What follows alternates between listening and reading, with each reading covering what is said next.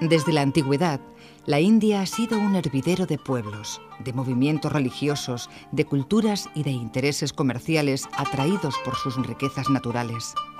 En los albores del siglo XVI, la llegada de los europeos y el establecimiento de un Estado islámico mogol van a cambiar el curso de la historia del país. Es sorprendente ver en un territorio tan grande gentes de distinta etnia, de distinta lengua, de distinta cultura, pero que tienen algo común que va más allá de los elementos religiosos. Es una filosofía de la vida, una manera de ser, un carácter que ha unido a todo este pueblo y que lo ha diferenciado claramente de lo que es el bloque del Extremo Oriente o de lo que es el bloque arábigo. Entonces, eso fue lo que posibilitó, por ejemplo, que con la llegada de los mogoles se pudiera crear un imperio y que no hubiera disensiones y que todo el mundo viviera de una manera pacífica dentro de un gran marco común. En el año 1600 llegan los primeros representantes de la Honorable Compañía de las Indias Orientales, fundada en Londres 8 meses antes. A finales del 17, la compañía tenía enclaves en Madrás, Bombay y Calcuta e iniciaba la ocupación progresiva del interior, manteniendo con Francia una rivalidad que duraría 30 años. En 1746, coincidiendo con el declive del imperio mogol, ingleses y franceses van a dirimir la supremacía comercial y política de la India. Con la victoria de Clive en Plassey en 1757, se abre a los británicos el norte de la península y en 1765 se anexionan la rica provincia de Bengala. Los ingleses se ven convertidos en dueños y señores de los mares cuando derrotan en Trafalgar a sus eternas rivales, Francia y España. Nadie podía ya impedir su expansión ultramarina hasta lugares lejanos, y el afán colonialista que pronto invadiría Europa los va a encontrar preparados para ocupar el puesto de líderes. A principios del siglo XIX se apoderan de Delhi y en 1849 se anexionan el Punjab. Pese a la rebelión de los cipayos en 1857, considerada hoy como un movimiento reaccionario que trataba de restablecer el régimen feudal de los mogoles, en 1858 la India queda bajo la soberanía de la corona británica, representada por un virrey, y en 1877 la reina Victoria es proclamada como su emperatriz. Cipayo es un término persa que significa soldado. Entonces es el momento en que los indios se dan cuenta de que han sido invadidos políticamente y no lo han sabido hasta ese momento, en que la persona que controla, la persona que manda, no es el rey que ellos tenían, que sigue estando ahí, sigue siendo una figura simbólica, sino que es el soldado inglés y por encima del soldado inglés el oficial inglés y por encima de él la reina Victoria o la que sea en ese momento. Entonces se produce una revuelta sangrienta que es aplastada y desde ese momento se decide que los indios tienen que estar bajo el control total del dominio británico y ya es cuando se produce el proceso de colonización completa. Y entonces ya los indios se dan cuenta de que son un pueblo sometido, de que son un pueblo bajo un poder colonial. De hecho, habrá dos Indias bajo la dominación inglesa: la India administrada desde la capital, Nueva Delhi, y la India de los 565 principados, donde Marhas, Rajas y Nawabs reinaban de forma absoluta. Al aceptar la soberanía británica, los príncipes dejaron en manos del virrey los asuntos de defensa y exterior, conservando su autonomía interior. También se puede mencionar el papel que juegan todos estos pequeños reinos en el proceso de independencia de la India, antes y después. En principio estamos hablando de un rey, es el título que ostenta, pero que equivaldría, pues digamos, a un señor feudal de la Europa medieval, por lo limitado de su territorio y de sus atribuciones. Estas personas se veían de alguna manera avasalladas por el poderío de ese imperio británico que llegaba de lejos y fueron bastante traidoras a su pueblo, mostrando servilismo hacia ese poder extranjero al que ellos admiraban. Por eso permitieron la excesiva injerencia de los ingleses en los asuntos internos de su reino o de su principado. Todo el inmenso territorio vivía bajo la influencia de distintas culturas: védica primitiva, brahmánica, budista e islámica. Se hablaban más de 200 lenguas y no existía, ni probablemente había existido, una conciencia hindú. Las dos religiones mayoritarias eran el hinduismo y el islamismo, tan radicalmente opuestas que ponían en peligro la convivencia de las gentes que compartían el mismo suelo, generando entre ellos graves estallidos de violencia. Muchas veces se ha hablado de la gran variedad étnica, cultural, lingüística, religiosa de la India, y eso ha dado lugar a que se piense que quizá no ha estado nunca unida como un país. Eso es cierto en lo referente a lo político. Únicamente una vez en la antigüedad, bajo el emperador Ashoka, todo el territorio de la India estuvo unido. Ha habido siempre una gran diferencia entre los diversos estados. La India ha estado tradicionalmente dividida en pequeños reinos, y eso ha hecho que no se la considere como un país en el concepto político que tenemos de un país, en el sentido moderno. Pero el ethos hindú ha sido algo que ha unido a toda esta gente. Bajo la dominación británica se crearon instituciones calcadas de las de la metrópoli. Se construyeron ferrocarriles, se organizaron servicios de correos y telégrafos, se fundaron colegios, como el Instituto Elphinstone de Bombay, y universidades en Bombay, Madrás y Calcuta. Gran Bretaña llevó a la India su lengua, que sería un lazo de unión de todos sus pueblos, y más tarde el vehículo de reivindicaciones revolucionarias. Los musulmanes, que fueron la clase dominante durante la dominación mogol, repudiaban la educación británica, considerándola una amenaza a su propio sistema basado en la religión. Pronto fueron desplazados por los jóvenes hindúes, formados por los británicos, que ocuparon puestos de mediana categoría en el funcionariado, los servicios legales, el periodismo o la enseñanza. A finales del siglo XIX se produce lo que se ha dado en llamar el Renacimiento hindú. Estamos hablando de un momento en que los ingleses ya se sienten a gusto en la India, ya la controlan, la dominan, son pocos, necesitan asociar a la tarea administrativa a indios para ayudarles en el manejo del país, y entonces se crea una clase cultural india, formada muchos de ellos en Occidente, que han viajado a Inglaterra, que han aprendido carreras, que son abogados, que son médicos, y que van a servir como un poco de ayuda al poder colonial para el control de la India. Esta misma clase se va dando cuenta al principio de que ese primer inicio que ellos han tenido de contacto con Occidente, que les ha permitido aprender la lengua inglesa, tener una carrera, viajar, entrar en la administración india, es un arma de dos filos, y que lo que están haciendo es servir de alguna manera al enemigo. Están siendo un poco enemigos ellos de su propio pueblo, y entonces se produce una revalorización de lo indio.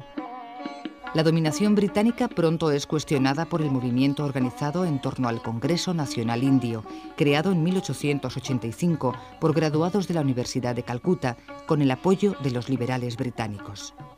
Esta clase, en donde hay grandes intelectuales, tanto en el terreno de la filosofía como en el terreno de la política, es la que va a ser pues, la generación anterior a los que van a conseguir la independencia. En esta clase social está, por ejemplo, Tilak, que es una persona muy olvidada, pero que es el iniciador del movimiento independentista, que va a ser el padre cultural, el maestro, el mentor de Gandhi, que va a ser la persona que luego, en efecto, lo va a conseguir. En 1915 vuelve a la India desde Sudáfrica el que sería el líder espiritual y uno de los artífices principales de la independencia del país, Mohandas Karamchand Gandhi, que supo llevar el movimiento nacionalista desde las salas de debate de los intelectuales y las sociedades secretas regionales hasta la gran masa del pueblo indio. Durante la primera mitad del siglo XX, el movimiento de independencia va teniendo cada vez más envergadura. Primero se habla de que se quiere tener una autodeterminación mínima, se habla de conseguir muy poco, no se habla todavía de una independencia total. De hecho, los indios quieren sentirse de alguna manera también parte del Imperio Británico. Esto lo demuestran con su participación en la Primera Guerra Mundial y luego también en la Segunda. Pero Gandhi y otras personas asociadas al partido del Congreso, al Indian National Congress, van a ver más allá y van a darse cuenta de que el colonialismo tiene que acabar, y tiene que acabar en la India, quizá antes que en otros sitios, puesto que los indios tienen esa madurez política. Después de la Primera Guerra Mundial, el nacionalismo indio adquiere una clara dimensión popular, sucediéndose tres grandes campañas antibritánicas. En 1919, las huelgas generales. En 1920-1922, los movimientos de no cooperación. Y en 1930-1934, la desobediencia civil. Por su participación en dichas campañas, Gandhi, el apóstol de la no violencia, pasará largos periodos en las prisiones británicas junto con otros líderes indios, entre ellos Nehru, un abogado de familia aristocrática, educado en la metrópoli y futuro primer ministro de la India tras la independencia. En 1935, los británicos se ven obligados a realizar algunas reformas políticas en forma de una nueva acta de gobierno, con un gobierno central británico que se reservaba la competencia en defensa y asuntos exteriores, mientras que en las provincias y principados habría gobernadores y gobiernos autónomos. En el curso de la Segunda Guerra Mundial se producirá una ruptura entre el gobierno colonial y el Congreso, que desemboca en los graves enfrentamientos de 1942. Bajo la consigna de Quit India, se organiza una gran movilización de masas, un movimiento popular de desobediencia civil que pretendía un gobierno nacional indio. La diferencia estriba en que se intenta conseguir esa independencia mediante un sistema pacífico de revolución, una revolución pacífica, y esto es lo que es nuevo. Siempre se lucha contra el poder con la fuerza. Lo que hace la India es hacerlo de otro sistema. Gandhi inicia dos movimientos que son el de la desobediencia civil y el de la resistencia pasiva, y que van a ser los que van a minar las bases del colonialismo inglés en la India. La resistencia pasiva consiste únicamente en no colaborar con el gobierno, no votar, si se puede votar, no ayudar económicamente, no apoyar, prescindir un poco de sus problemas. La desobediencia civil es más grave, consiste en transgredir las leyes. Y esto es lo que va a realmente minar la base del Imperio Británico. Un ejemplo paradigmático, la famosa Marcha de la Sal que lleva a cabo Gandhi. Los ingleses habían prohibido a los indios manufacturar sal, habían prohibido a los indios recoger sal en las salinas y llevarla a su casa o incluso venderla. Gandhi, con miles de personas, camina durante días, llega a las costas de Gujarat, recoge sal, recoge un puñado de sal y la vende, transgrede la ley. El gobierno británico consideró que la campaña era una verdadera declaración de guerra y los líderes del Congreso fueron encarcelados.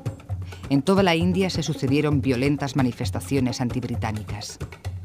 El gobierno inglés se da cuenta de que no va a poder controlar a los indios, que son demasiados. ¿A cuánta gente puedes meter en la cárcel si todo el mundo decide violar la ley pacíficamente, pero todos en el mismo momento? Esto fue lo que llevó a los ingleses a darse cuenta de que la independencia de la India era simplemente cuestión de tiempo. En 1946, en un ambiente de gran crispación, se sublevan los marinos de Bombay y en abril, una misión del Gabinete Metropolitano trata con los líderes sobre la formación de un gobierno federal provisional, donde los territorios se podrían acoger a distintas federaciones. Pero el intento no prosperó. En agosto, la Liga Musulmana convocó un día de acción directa que se saldó con miles de muertos. Y finalmente, en septiembre, se forma un gobierno interino presidido por Nehru, con participación de Jinnah, pero con la Liga en actitud no cooperante. Con una situación que se deterioraba por momentos y miles de muertos en los enfrentamientos de Bengala y Bihar, el gobierno británico decide que los agrupamientos en las distintas federaciones se harían por mayoría simple, lo que aseguraba el nacimiento de un Estado musulmán, el Pakistán. La división de los estados de India y Pakistán es una de las grandes catástrofes políticas del siglo XX, uno de los grandes errores. Las razones que tienen los ingleses son bastante complejas. Hay dos factores que deciden la creación del Estado de Pakistán, que había sido siempre tradicionalmente la India.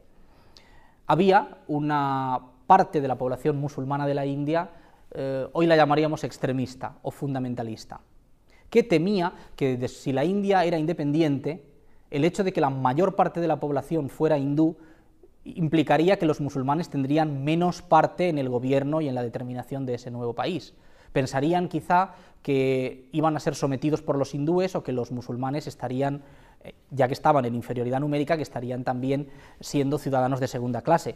Esto luego no fue así, pero hubo una parte de los musulmanes que en aquel momento lo creyó. El primer ministro británico Attlee decidió sustituir al virrey Wavell por un negociador más eficaz, y el elegido es el vicealmirante Louis Mountbatten, primo del rey Jorge VI, que llega a la India en el mes de marzo de 1947. 2 meses después ya está convencido de que la partición era inevitable y que en un proceso de dramática aceleración se iba a desmantelar uno de los más grandes edificios imperiales de todos los tiempos. Mountbatten solo negoció con Gandhi y los dirigentes de la Liga y el Congreso, que tras rechazar un primer plan de partición, aceptan el segundo, el Plan Menon, que establecía las condiciones para la creación de dos estados independientes, la India y el Pakistán, como dominios dentro de la comunidad británica. El gobierno inglés no podía permitir la nación india, independiente, recién creada y funcionando perfectamente. En el momento en que ellos se marcharan tenía que haber caos, y ese caos ellos lo produjeron. ¿Cómo? Enfrentando a dos comunidades. Los estados principescos se integrarían en uno u otro por medio de negociaciones, y las provincias de Bengala y el Punjab, de mayoría musulmana, se atendrían a los acuerdos de una comisión de partición. La división de estas provincias, según las fronteras trazadas por Radcliffe, daría lugar a sangrientos enfrentamientos y a masivos éxodos de población. Desgraciadamente, hoy han pasado ya más de 50 años desde la independencia de la India y Pakistán siguen siendo naciones enemigas, ha habido 3 guerras, sigue habiendo conflictos en la frontera, y esto es una herencia que los ingleses dejaron en esa zona del mundo. El día 15 de agosto de 1947, los británicos despertaron del mayor sueño imperial de toda su historia, cuando 400 millones de indios consiguieron por fin su independencia, precisamente en una fecha que consideraban maldita por los astros. Pero el apresurado plan arbitrado por Mountbatten demostraría pronto sus defectos y limitaciones, con un saldo de centenares de miles de muertos, entre ellos Gandhi, asesinado por un extremista hindú, millones de personas desplazadas de sus hogares, repetidas guerras en Cachemira y otras heridas que todavía hoy están lejos de cicatrizar.